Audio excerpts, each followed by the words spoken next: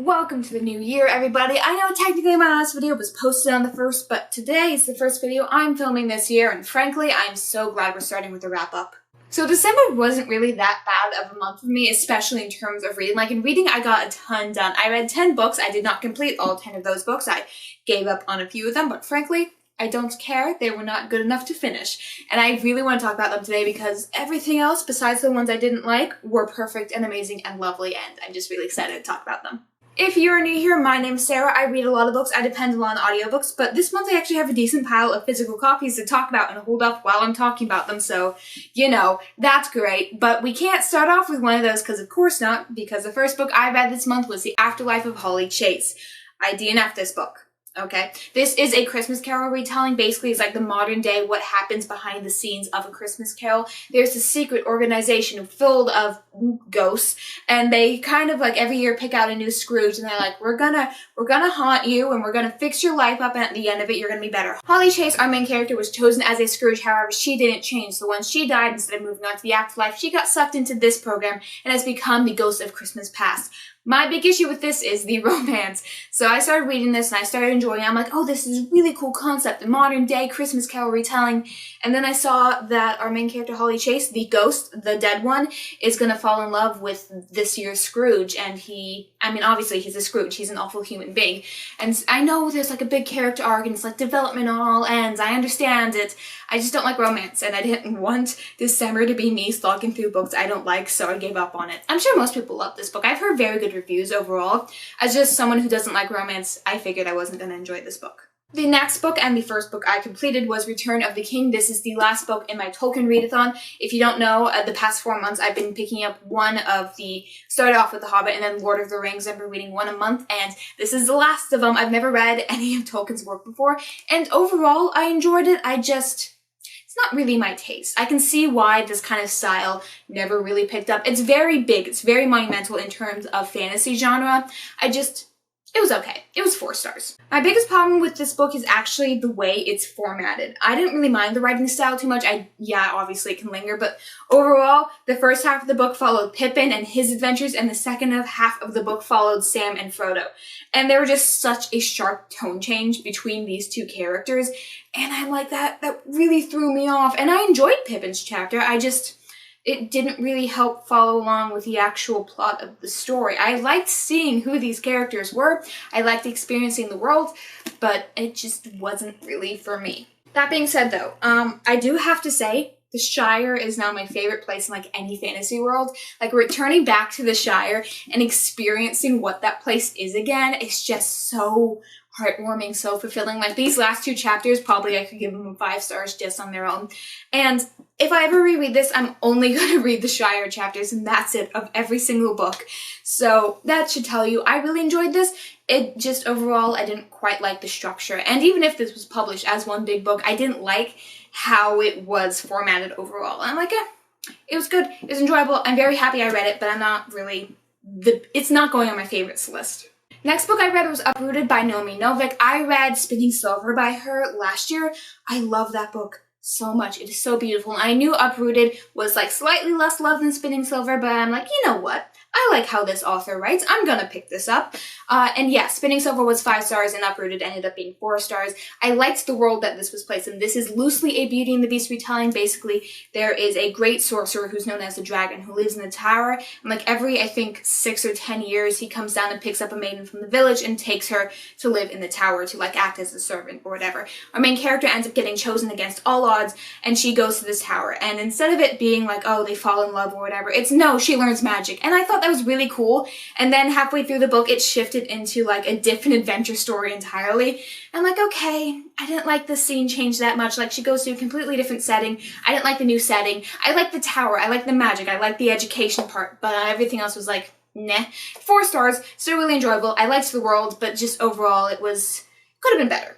Actually, before I move on, I want to say that this actually has a really interesting take on magic. The dragon, the wizard, the one who knows everything, he has a very hard magic system. He knows exactly how everything is supposed to go and how it's laid out and how he's supposed to perform it.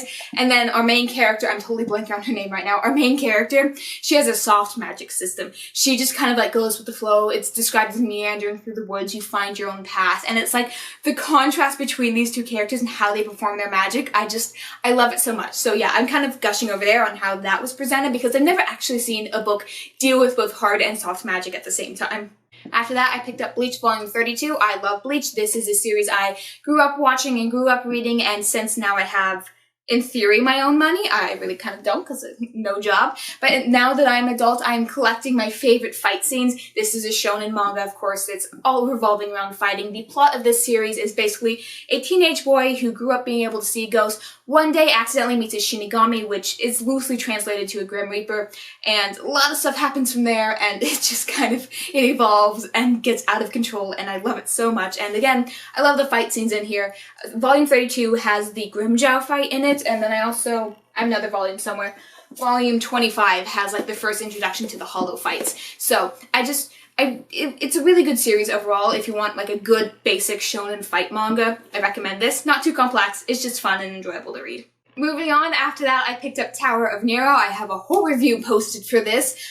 Basically, this is one of the best books I ever read. It is the perfect conclusion to a beautiful and amazing series. This is book 5 in Trials of Apollo and book 15 in the Camp Half-Blood saga. You don't have to read Percy Jackson or Heroes of Olympus to read Trials of Apollo, but it does kind of spoiler you on a couple of things that happen, especially because the plot of this revolves as a consequence for what happens in Heroes of Olympus, which is something I love. Things build up and things have consequences, but it's still a perfect middle grade, lovely, adorable read. Like, it never gets too serious. Well, the past couple chapters are a bit... It's a really good series. I highly recommend it. Again, I have a whole review on it. Basically, I say everything in this book is perfect, and I love it so much. I also annotated my copy. So yeah. If you watched my December TBR, you know I said I wanted to pick up a classic, any one, I really didn't care. And so this month, or December, I picked up The Secret Garden. This is not the copy I read. Okay, so here's the thing with classics, especially one that's this is set in like 1901. It's racist. It's very racist. So this is the adapted version that kind of cuts all of that out. And then I also had an audiobook version, which was the theatrical release, which is only dialogue. And then the physical copy I read was the original. So there's like 3 different copies of this floating around. And this just happens to be the one I'm holding up for my review.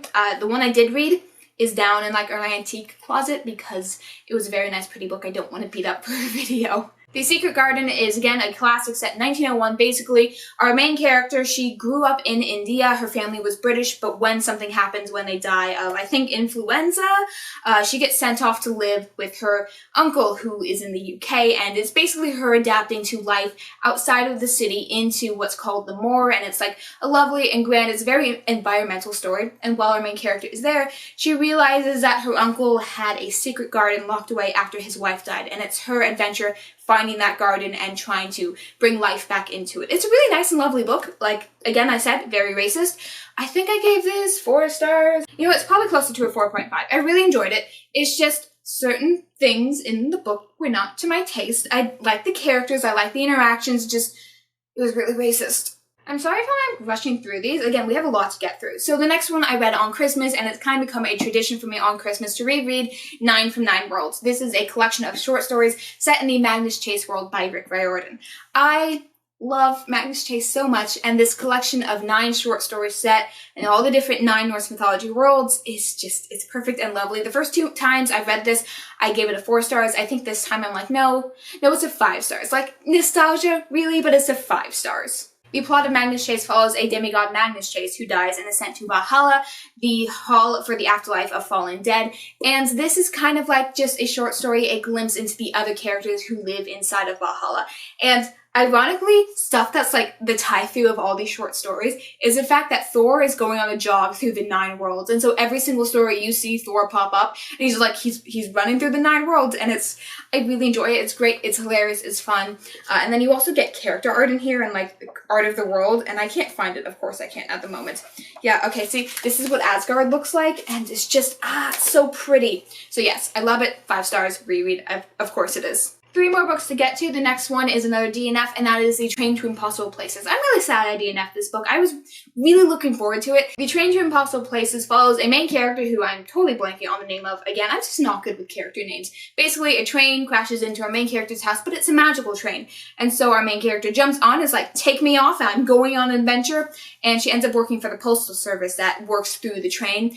And my biggest problem with this book is the lying involved. Our main character takes an oath to like, yes, I'm going to deliver these letters, I'm going to follow through with the postal service oath and whatever, and then she immediately breaks everything that she said, and I'm sure there's going to be consequences for it, but I wanted a magical and whimsical story about our character traveling through the impossible places, delivering letters, and instead I didn't get that. And there was like, it wasn't just our main character, it was so many of the characters in this book. I'm like, I don't want to read it. It's a very pretty cover, but I'm glad I waited for this to come into my library instead of buying the physical copy. Okay, moving on. A book I read in basically a day and a half, Gods of Jade and Shadow. This is a book I've been wanting to read since it came out. And then I was visiting my library's like used bookstore, and I found a physical copy of it, and it's the Book of the Month copy. So it's really nice, and yeah, okay. Someone in my neighborhood really likes books, and I get all their used copies. And I really enjoyed this one, honestly. I don't know why it ended up in a used bookstore. I gave this book 4 stars. It is, did I give it 4 or 5? No, I gave it 4 stars. It's like a 4.5. This story is set in 1920 Mexico. Our main character is living in a not-so-great household of her grandfather until one day she discovers the bones of a god hidden inside a locked chest. She accidentally frees this god, and they're set off on an adventure to basically reclaim this god's throne because he is king of the underworld. It's really cool and really amazing. I wasn't the biggest fan of the writing style, and I did feel like a couple of things, especially the characters, like the relationship between them is rushed. But I'm like, it worked. It really did work. And I like the way this ended. This is a standalone, which is, you know, rare for a fantasy to be a standalone. And I would consider this a fantasy because there is magic involved. And it's just, it was so good. And the ending left enough doors open. It's like you can tell these characters continue to live their lives after the story ends. It's just, I really like that as an ending. It's good, it's wrapped up, it's nice and neat ends. Yeah, so I really like this. I'm really glad I finally got a chance to pick it up. For $6, it was an amazing read. Actually, no, it was 50% off that. For $3, this was a perfect read. And finally, the last book I read of 2020. I finished this at like 11:50 at night, and that is Where Dreams Descend. This kind of mixed feelings on it.